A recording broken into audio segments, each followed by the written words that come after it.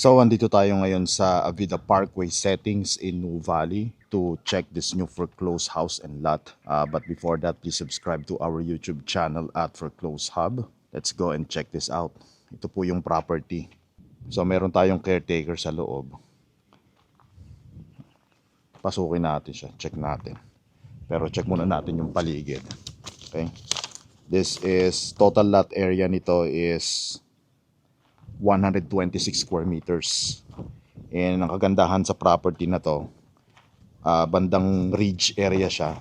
Kaya meron siyang overlooking view. Tingnan nyo naman, oh.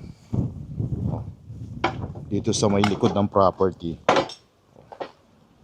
Ayan. May view siya. Kahit tayong panambahay dyan, hindi mahaharangan yung view mo. May view ka ng Laguna de Bay, ayun, banda doon, tsaka Tagaytay Ridge. So 126 ang lot area natin. Ang floor area nito is nasa 51, around 51 square meters. And then ito yung side ng property. So pasukin natin yung loob. May caretaker tayo dito.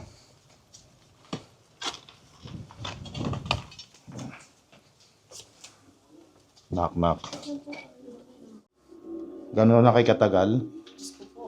Ngayon lang pinababa na buwan. May tulo ang taas? Wala siyang tulo. Kaso lang sila yung Okay. yung kaysa main parang may gato yung gilid. So open layout sa baba. CR niya isa lang? Isa lang. Ito lang CR niya. Wala sa taas. Wala. Hindi ka dahil sa Tingnan natin yung taas.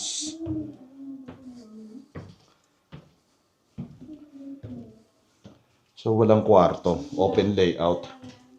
Oo. Ganito lang siya. Ikaw na maglalagay ng partition.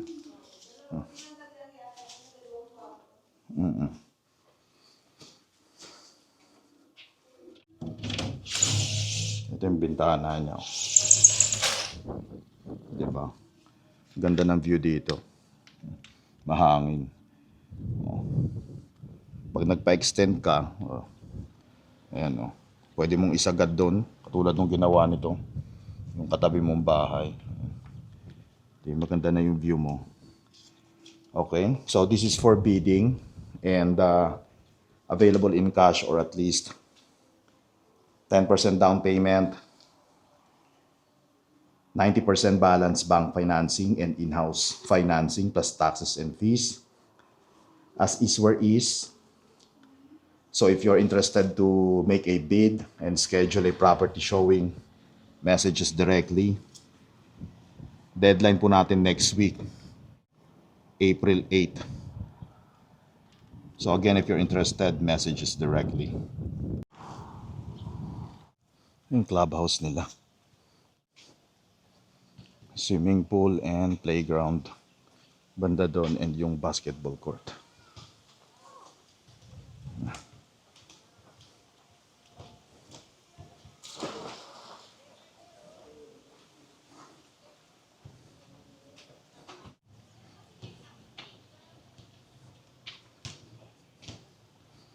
Laki ng swimming pool nila.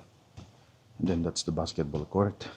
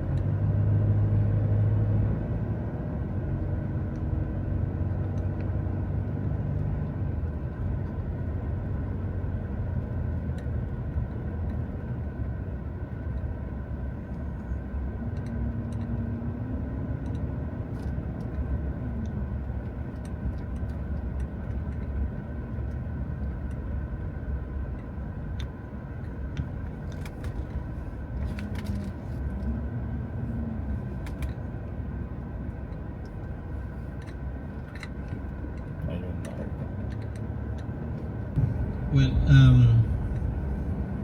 the limit in Warsaw Convention is 250,000 francs per passenger, 250 francs per kilogram. As I said, we will discuss this on Thursday. But suffice it to say that based on decisions of the Supreme Court, this amount remains unchanged. There are amendments to the Warsaw Convention, the different protocols, but the Supreme Court noted that it's not yet effective in the Philippines, like the US $100,000 compensation. So disregard them, or if they are involved in a case where that amount is mentioned, just take note that the decision of the Supreme Court is the Philippines has not yet acceded to the protocols and therefore it's not yet binding. Okay, so it's not yet a binding convention.